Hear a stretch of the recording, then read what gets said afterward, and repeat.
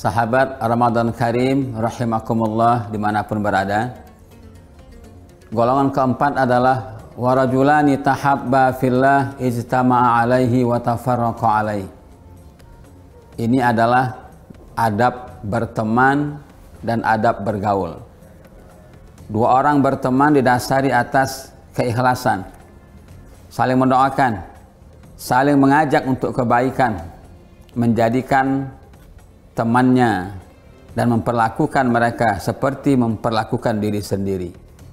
La yu'minu ahadukum hatta yuhibba li akhihi ma yuhibbu li nafsi. Ini adab atau tata cara berteman yang baik sehingga pertemanan tersebut menjadikan membuahkan hasil di yaumil hisab. Allah berikan mereka perlindungan yang istimewa. Dan ternyata teman memegang peranan penting dalam membentuk karakter kita juga. Poin yang kelima adalah warajulun da'athum ra'atun zata mansibin wa jamalin faqala inni akhafullah. Ini mengatur tentang pergaulan atau muamalah laki-laki dan perempuan yang bukan muhrim tentunya, yang bukan mahram. Islam mengajarkan adab dan tata cara dalam pergaulan, bahwa seorang laki-laki karena keteguhan imannya tidak terpengaruh ajakan-ajakan buruk lawan jenisnya, dan juga kebalikan, seorang perempuan tidak terpengaruh dengan ajakan-ajakan buruk lawan jenisnya. Patrikan dalam hati, ini akhafullah, saya takut kepada Allah. Masya Allah, kita melihat pergaulan begitu hebatnya di kalangan masyarakat pada era ini. Setiap kita muslim khususnya harus punya pegangan, harus punya prinsip. Jangan sampai melanggar apa-apa yang telah Allah perintahkan untuk kita jaga bersama. Wala taqrabuz zina innahu kana fahisyatan wa sa'a sabila.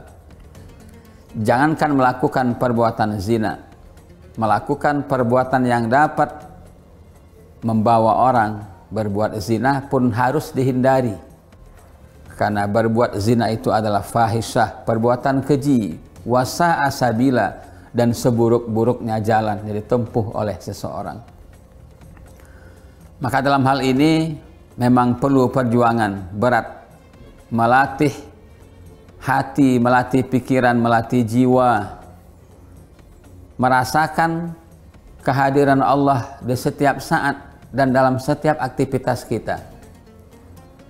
Pengawasan Allah lewat pengawasan malaikat yang kita kenal dengan Raqib wa Atid menjaga kita. Jangan sampai melakukan perbuatan-perbuatan buruk dan yang tidak terpuji itu. Tapi tantangan cukup berat, pemirsa rahimakumullah. Oleh karena itulah Islam mengatur, pertama, siapapun kita tidak boleh berkhalwat. Khalwat itu adalah tanpa ada orang ketiga, laki-laki perempuan bukan mahram di satu tempat. Siapapun kita sudah diatur oleh Allah dan Rasulnya. Quran dan hadis juga menjelaskan demikian. Nanti yang ketiganya adalah syaitan yang membujuk dan merayu sehingga melakukan perbuatan-perbuatan buruk. Patrikan, inni akhafullah rabbal alamin. Yang keenam adalah rajulun tasaddaqa bisadaqatin fa akhfaha hatta la ta'lama shimaluhu ma tunfiqu yaminuhu. Orang yang rajin berinfak. Infak adalah mengeluarkan sebagian harta yang sebenarnya bukan harta kita, itu adalah milik Allah yang dititipkan kepada kita. Kembalikan kepada Allah dengan cara menginfakkannya. Dan yang menjadi milik kita itu sebenarnya adalah yang telah kita berikan itu. Yang tertinggal, yang tersisa belum tentu juga menjadi milik kita. Makanan kadang sebelum sampai ke mulut bisa jatuh kembali kalau bukan rezeki kita. Nah, poin ini menjelaskan kepada kita bahwa rajin-rajinlah bersedekah. Nah, cuma disebut di sini hatta la ta'lama shimaluhu ma tunfiqu yaminuhu, sekira-kira berinfak, tangan kanan memberi, tangan kiri tidak mengetahui. Ini tentu kata kiasan untuk ikhlas. Berinfaklah dengan ikhlas. In tubdus sadaqati fa ni'mahi wa in tu'tuhal fuqara fahuwa khairul lakum. Kalau kalian menyembunyikan sedekah dan infak itu adalah bagus. Tapi kalau menjelaskannya, memberikannya kepada fuqara dan du'afa juga lebih bagus. Nah, jadi intinya di sini adalah ikhlas. Kadang tidak selamanya harus tersembunyi. Demi syiar kita boleh menampakkan dan menjelaskan sedekah kita. Demi syiar kita boleh menyatakan saya bersedekah untuk ini dan seberapa nilainya. Demi syiar.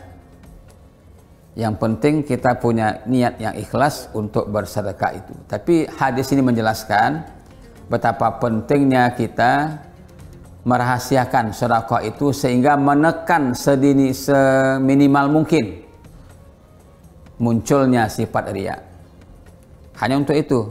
Tapi secara global maksudnya adalah menganjurkan kita untuk banyak bersedekah.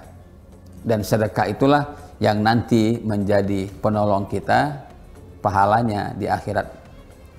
Dan orang-orang yang telah wafat, meninggal dunia, kalau mereka diberikan kesempatan untuk hidup, yang mereka minta hanya satu, hidupkan kami untuk bisa bersedekah. Fa'asaddaqa wa akum minas solihin. Saya akan bersedekah, keluarkan harta benda yang banyak. Kenapa? Mereka merasakan manfaat langsung dengan sedekah tersebut, mempermudah jalan di alam barzahnya. Harta yang sedikit menjadi banyak ketika disedekahkan. Yang tidak berkah menjadi berkah ketika disedekahkan. Alhamdulillah, masuk Ramadan, semangat kaum muslimin, semangat kita bersedekah, semangat kita berbagi semakin tinggi dan mencapai puncaknya. Seperti Rasulullah mencontohkan kepada kita, Ramadan dia orang yang paling dermawan. Walaupun setiap hari selain Ramadan merupakan aktivitas rutin Rasulullah memberikan sedekah kepada para du'afa dan fuqara. Masuk Ramadan kita melihat semangat kaum muslimin, subhanallah, berbagi kepada sesamanya. Rata-rata orang berzakat adalah pada bulan suci Ramadan. Dan poin terakhir adalah warajulun zakarallaha khalian fafadat ainahu. Orang yang berzikir, ingat kepada Allah setiap saat. Bahkan kadang-kadang saking syahdunya zikirnya kepada Allah sampai tak terasa air mata keluar. Ini kita biasakan dalam kehidupan kita, wabil khusus Ramadan ini, untuk bisa berzikir kepada Allah. Semoga manfaat adanya. Insya Allah Allah berkahi kita semuanya. Nasrun minallah fathun qarib wa basyiril mu'minin. Wassalamualaikum warahmatullahi wabarakatuh.